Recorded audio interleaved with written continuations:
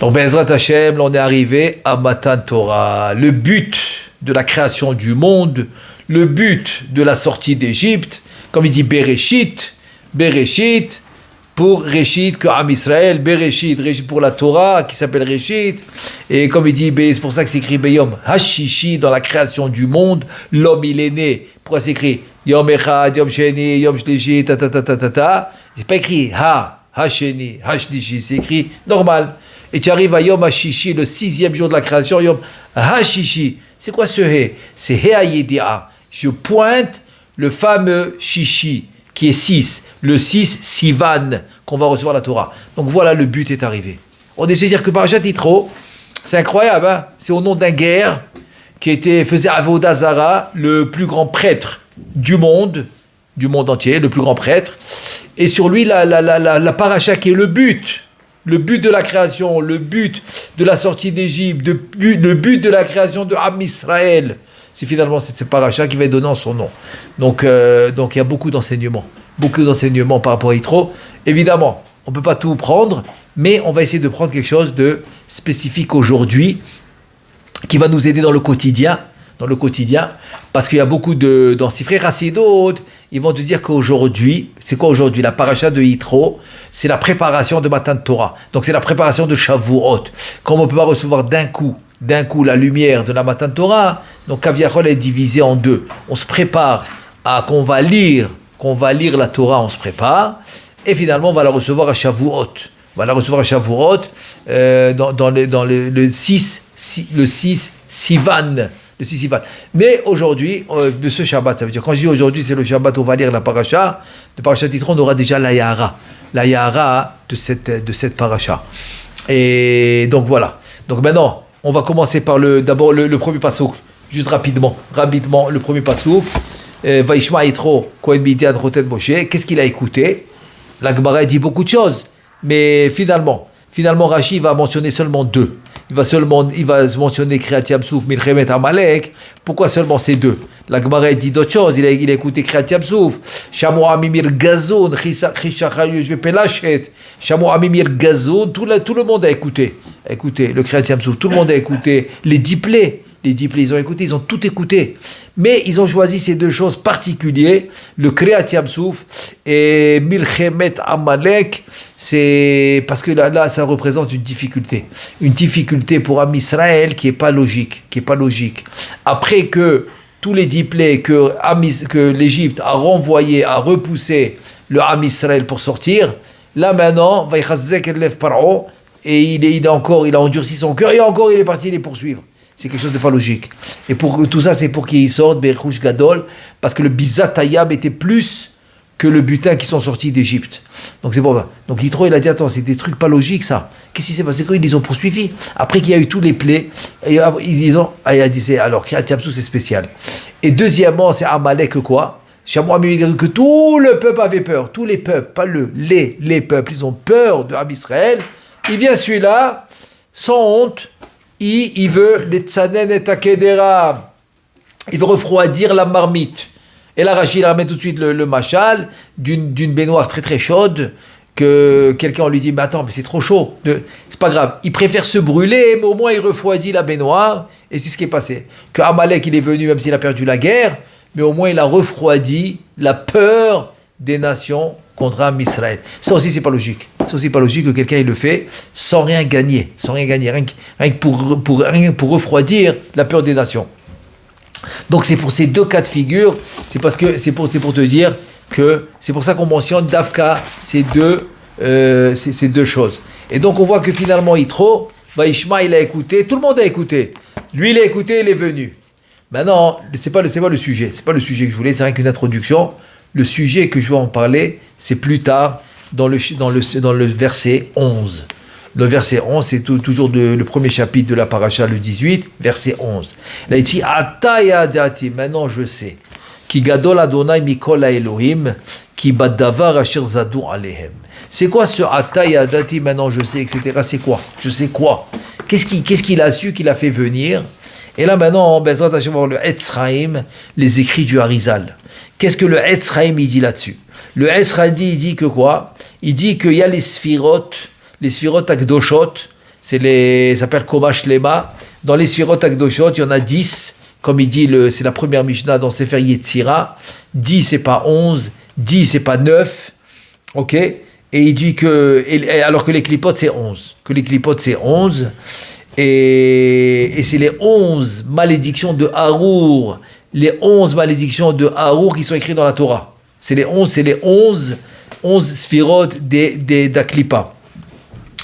Vekol Amosif Gorea, tu n'as pas le droit de rajouter. Rien que maintenant, une parenthèse. Pourquoi dans la Gdusha c'est 10 et dans la Sitra Achra c'est 11? Alors il explique, le Rabbeinu Chaim Vital, l'élève par excellence du Harizal, parce que dans la Gdusha, le 11e en fait, c'est le Ensof. C'est l'étincelle de sainteté qui va s'associer aux 10 Sfirot et ça va devenir un. C'est comme la Neshama qui s'associe au corps, ça devient un. Quand tu viens parler à quelqu'un, tu dis, attends, je ne te parle pas à ton corps, je parle à ta Neshama. Non, lui et sa Neshama, c'est une seule personne, et donc tu lui parles directement. Et donc ça, c'est un peu l'idée du Nitzot, de l'étincelle de sainteté, qui est le Ensof. Dans les 10 Sfirot, ça devient un. Maintenant, dans la Klippa, non, le Créateur, il ne veut pas que ça devienne un. Parce que, après, la Hatid Lavo, quand les Sfirot de la Klippa vont s'annuler, le Nitzot va retourner, il va repartir. Donc il ne veut pas s'associer. Donc c'est pour ça que c'est considéré 11. C'est que le 11e, qui est le Nitzot Kadosh, les Tzorer Gavoa, qui va alimenter les Sfirot de la Klippa, parce qu'on n'a pas le choix. Alors ce Nitzot, il va se séparer. Quand les Sfirot de la Sitra Achra vont s'annuler, alors ce Nitzot va se séparer d'eux. Et donc c'est pour ça qu'il veut jamais devenir un avec eux. Il est là temporairement. Alors que dans la Gdusha, même la matière va se raffiner. Alors comme la matière va se raffiner, donc il y a une association idéale, parfaite, entre le Nitzot, l'étincelle de sainteté et le Chomer. Parce qu'il va se raffiner, qui va devenir lui aussi spirituel. Alors que dans la Sitra Achra, pas du tout. Les 10 Sfirot de Klippa, ils vont s'annuler, et le Nitzot va les quitter. C'est pour ça que c'est 11 et pas 10, parce qu'il ne veut pas s'associer justement. Voilà. Ça, c'est une parenthèse pour expliquer d'abord. Maintenant, c'est quoi l'idée de Yitro? Il vient Yitro maintenant, il pense que quoi? Il pense Yitro que puisque la Klippa, c'est 11, donc il a un de plus. Donc la Klippa, elle a un de plus que la Gdusha. Donc ils ont la force plus que la Gdusha. Ça, c'est ce qu'il pensait. Il ne sait pas encore. Il vient de se convertir. Comme on a expliqué plusieurs fois. C'est parce que Yitro, c'est la Neshama de Caïn. Et Moshe Rabbeinu, quand il a tué l'Égyptien, c'était le Tzadara, le mauvais côté de Caïn. C'est l'Égyptien que Moshe l'a tué. Et Moshe, c'était Hevel. Hevel, qui était le Gilgul de Hevel.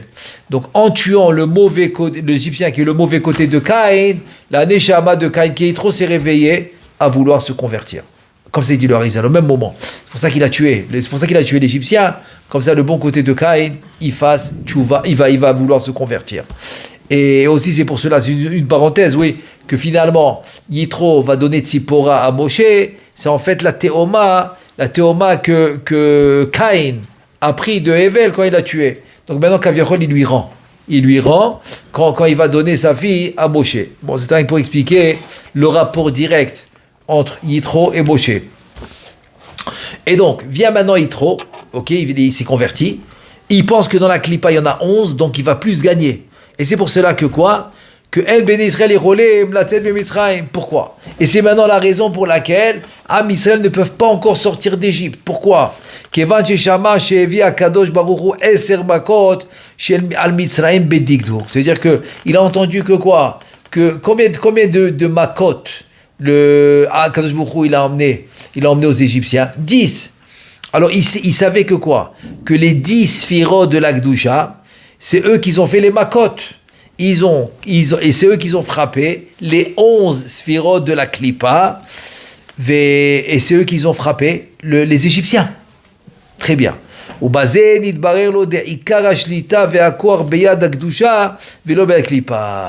maintenant, la sortie d'Égypte, et on peut rajouter maintenant le Inyan de Kriyat Yam Suf et Amalek, que finalement il a compris que même si la Klippa, elle est 11, c'est pas plus. C'est que la force, elle est dans la Gdusha. Parce que la force est dans l'unité. Quand tu es uni. Et on va expliquer, c'est ça exactement le Inyan de Matan Torah. Il y a des millions de personnes, c'est un seul cœur. Ils sont tous unis. L'union fait la force. L'union, c'est la Gdusha. La Gdusha, c'est la force. C'est parce qu'il y a l'union, c'est automatique. S'il n'y a pas d'union, c'est pas la Gdusha. Quelqu'un que Chas v'Shalom il est en machloket, donc c'est la séparation, c'est la sitrahra, c'est pas ça la Gdusha. La Gdusha, c'est l'union. La Gdusha, c'est pas la séparation, pas du tout. Donc maintenant que quoi? Maintenant que les 10 sphirotes de Gdusha, ils ont frappé les 11 de sitrahra, donc automatiquement, qui est plus fort? C'est la Gdusha. C'est la Gdusha qui est plus forte. Uma sheni tosef. Cheshbon Aklipa ou les migraat, comme on a expliqué, le fait que maintenant, en fait, que la Klipa, elle est 11 et pas 10, il a compris que c'est un manque, c'est un défaut. C'est une, quand tu dis ça, c'est négatif. C'est pas positif du tout. Pas positif du tout. Ça veut dire que souvent, la quantité n'est pas mieux que la qualité. Pourquoi? Parce que dans la qualité, par exemple, s'il y a l'union, ou par exemple dans la qualité de l'imoud, de l'étude de la Torah, la qualité, et des fois elle va être beaucoup plus forte que la quantité. C'est pour ça que le retzef d'étudier sans s'arrêter, il a pas de valeur, c'est-à-dire il a pas de prix quoi, il a pas de prix. C'est une valeur énorme. C'est-à-dire que maintenant quelqu'un il peut étudier 10 heures, mais il s'arrête à chaque 10 minutes, je sais pas quoi. Tu comprends? C'est pas comme quelqu'un maintenant qui étudie 2 heures, ou même 1 heure, mais sans s'arrêter une seconde. Je donne un exemple. Par exemple, comme ils disent les décisionnaires, celui qui le fait d'un trait du début à la fin, les 2 fois le pasouk, 1 fois le targoum, vendredi matin, il va créer un ange. Malach, il va créer un ange, voilà. Mais s'il s'arrête, non, mais il a fait la mitzvah. C'est rien qu'un exemple, que quand tu fais Retzef sans t'arrêter, comme dit la Gemara, celui qui, au Chas v'Shalom, il parle pendant l'étude et tout, de n'importe quoi, au Chas v'Shalom, en haut, on lui fait manger des gehalé, des rotahat. C'est-à-dire, c'est des excréments brûlants, comme ça il dit. Il dit c'est pour te montrer un peu la gravité de la chose. C'est pour ça que le truc du Retzef, d'étudier d'un trait, je vous dis, ça a aucun prix, quoi. Ça a aucun prix. Je vous donne un exemple. Quand j'étais à la Yeshiva, par exemple, et donc mon Rav, Alav Shalom, je lui demandais tout. Même une fois, je voulais signer un Revout. Je voulais être garant pour quelqu'un qui fait un prêt. Avant de signer, je suis allé lui demander. Et il m'a sauvé. Il m'a dit non, tu lui signes pas. Parce que c'était un prix de 200 000 shekels. Il m'a dit, est-ce que tu les as? Je lui ai dit, mais pas du tout. J'étais un vrai. Pas du tout. Il m'a dit, alors pourquoi tu veux signer? Tu peux pas signer. Non, tu signes pas. Et sauf il s'est avéré que c'était une arnaque. Il avait pris ça parce qu'il jouait au casino. Puisqu'il avait des joueurs. Donc finalement, il les a perdu cet argent. Et tous ceux qui ont signé, c'est eux qui ont payé la dette. Pour vous dire, quoi. Et un jour, je lui ai dit, écoute, des fois, je suis pas à côté de toi et je peux pas t'appeler. C'est pas comme aujourd'hui. Tu as le téléphone, le WhatsApp, le truc, tu peux l'avoir tout de suite. Non. J'avais pas de téléphone, rien du tout. Je lui dis, mais comment je fais maintenant quand j'ai une question? Il m'a dit, écoute bien. Quand maintenant tu as une question et que je suis pas là, tu peux pas m'avoir, tu peux pas m'appeler, va étudier 1 heure sans t'arrêter. Mais sans t'arrêter, pour rien du tout. Concentré. Tu prends un sujet 1 heure sans t'arrêter. Et je te permets de décider sans me demander. Tu prends la décision que tu auras après que tu as étudié 1 heure d'affilée sans t'arrêter. Je te laisse prendre la décision et c'est comme si tu m'as demandé. Comme ça il m'a dit. Donc j'ai compris la force. La force de l'étude Beretzef sans s'arrêter, ça donne le Da'at Torah. Da'at Torah. Parce que maintenant tu as une connexion. Maintenant extraordinaire avec la Gdusha. Tu as ton moar, c'est-à-dire ton sechel, ta marchava, complètement, 1 heure, sans t'arrêter. Alors maintenant, tu es sûr que tu es connecté avec le Da'at Torah. Comment il m'a dit? Non, quand il était là, c'est sûr, je faisais pas ça. J'allais lui demander. Mais quand il n'était pas là, ou après qu'il est nifta, j'ai compris que c'était ça ma solution. C'est ça ma solution. J'avais pas le choix. Donc c'est ce qu'il m'a dit. C'est ce qu'il m'a dit. Tu fais ça pour te montrer un peu là. Donc c'est ça l'idée. L'idée c'est le 11. C'est pas parce qu'ils sont plus que c'est fort. Pas du tout. Pas du tout. C'est exactement comme le Inyan de Sancheriv qui va tomber devant Chizkiyahu Melech Yehuda. Mais tomber, pas parce que Chizkiyahu Melech Yehuda il avait une armée forte. Pas du tout. Pas du tout. Il est parti dormir. Et Akadosh Baruch Hu les a tous tués pendant qu'ils mouraient. Ils étaient 370 millions. 185 000 chefs d'armée, 370 millions. Ils sont morts. Il en restait peut-être une dizaine. Une dizaine, c'était Sancheriv lui-même avec son fils, et finalement son fils l'a tué. Son fils a tué son père, qui est Sancheriv, pour te dire. Ils sont partis avec la tête basse, avec beaucoup de honte. Honte. Donc la quantité, c'est rien du tout. Avec Gid'on, on a vu ça plusieurs fois, avec Gid'on, quand il devait se battre contre les Pélishtim, qui étaient des millions. Alors Gid'on, il a pris 3000 soldats. Hachem lui a dit, c'est trop. 1000, c'est trop. 300, il est resté avec 300, il a dit, c'est bon. Pourquoi? Pour ne pas que tu dis que c'est la quantité des soldats qui a gagné. Pas du tout. C'est la force. La force, c'est la Gdusha. C'est la Gdusha. Donc maintenant, c'est maintenant que Yitro. C'est maintenant que Yitro, il a compris que la Kedusha est plus forte que la Sitrahra, même si le chiffre est plus gros. Par exemple, je sais pas moi, je donne un exemple, ok? Tiens, maintenant, un riche, très riche.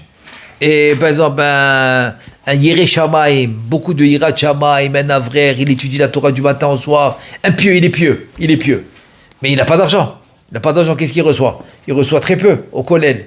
Il vient se riche avec tout son argent, les avocats et tout, il veut l'attaquer. Par exemple, j'en ai un exemple, il veut l'attaquer. Alors quoi, maintenant tu vas me dire, oui, maintenant la force qu'il a de l'argent, des avocats et tout, c'est sûr qu'il va gagner. Yitro, il a compris que c'est faux. C'est faux.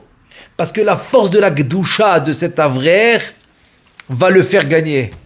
Et donc il ne pourra rien contre lui. Et c'est ce qu'on a vu aussi avec le Saro shel Esav. Le Sar de Esav, le Vayar kilo yachollo. Le Saro shel Esav, il a vu qu'il ne peut pas l'attaquer. Il peut pas. Donc il fallait qu'il le prenne d'une manière be'akifine, indirectement. Il lui touche la parnasado indirectement, mais dans la Gdusha, il ne peut pas l'avoir. C'est ça qu'il a compris, Yitro. C'est un truc incroyable, c'est un enseignement incroyable. Donc finalement, Yitro, il comprend que la Gdusha, ça va Yitro, ma shama ou ba. Il a compris que la Gdusha est plus fort que la Sitrahra. Et ça qu'il nous dit. C'est-à-dire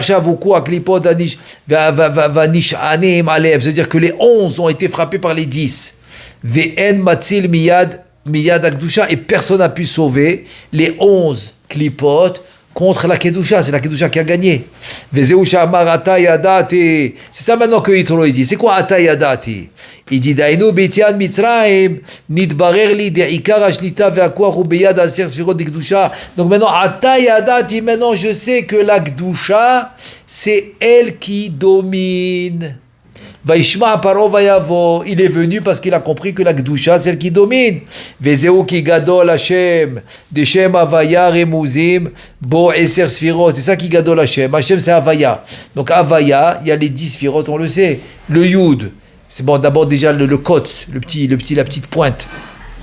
Toute petite pointe du Yud, c'est le Keter, c'est le Remez, c'est l'allusion. Le Yud lui-même, c'est la Chochma. Le premier He, c'est la Bina. Le Vav, c'est le Vav, c'est ça, c'est-à-dire c'est le Vak, c'est du Chesed jusqu'au Yesod, c'est le Vav. Ensuite, le dernier, c'est la Malchut, voilà les 10 Sfirot. Les 10 Sfirot, c'est Havaya. C'est ça qu'il dit, Ata Yadati. Qu'est-ce qu'il dit maintenant, Ata Yadati? Il mentionne le nom d'Hachem. Ata Yadati ki gadol Adonai mikol Elohim. Qui va d'avoir Asher Zadu Alehem. C'est-à-dire, Elohim, maintenant, c'est le Kaviachol de toutes les divinités. C'est Yud Kevavke, c'est les 10 Sfirot. C'est les 10 Sfirot. C'est pour ça qu'il dit Ata Yadati ki gadol Hashem, Hashem Yud Kevavke. C'est quoi Yud Kevavke? C'est les 10 Sfirot. Les 10 Sfirot sont plus forts. Mikol Elohim. De toutes les divinités. Kayadu Aveu Gadol Mikol Elohim. Et c'est quoi? C'est Shem, Shehem, par exemple. C'est quoi tous les Elohim? C'est les 11 klipot. Share Einenu Haroot, Shayud Alev Klipin Bekoach Asu, Bekoach Asu Amitzrim, l'Israël Mashe Asul Basof. Baou Eser Veiku Ayud Aleph, Ve'am Shelahem, Imken, Aikari Akdou. Ça veut dire que quoi? Les 11 klipot, ils avaient même pas besoin de barrières. Personne ne pouvait sortir d'Égypte. Tout ça, c'est les klipot.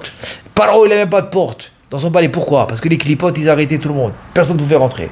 C'est pour ça que quand Moshe et Aaron, ils sont rentrés, ils ne comprenaient rien. Comment vous avez fait? Ils ne comprenaient pas. Et tu vois, même pour sortir... C'est-à-dire, ils avaient la shlita, la domination. Ils dominaient avec les clipotes. Et tu vois qu'ils sont venus les 10 sphirotes, ils les ont cassés. Donc tu vois, qu'est-ce qui est plus fort? Qu'est-ce qui est plus fort? Donc les clipotes sont plus fortes. Pardon. L'Akdoucha, pardon. Donc l'Akdoucha, tu vois qu'il est pas. C'est ça qu'il a dit. Vezeu ki badavar asher zadou alehem.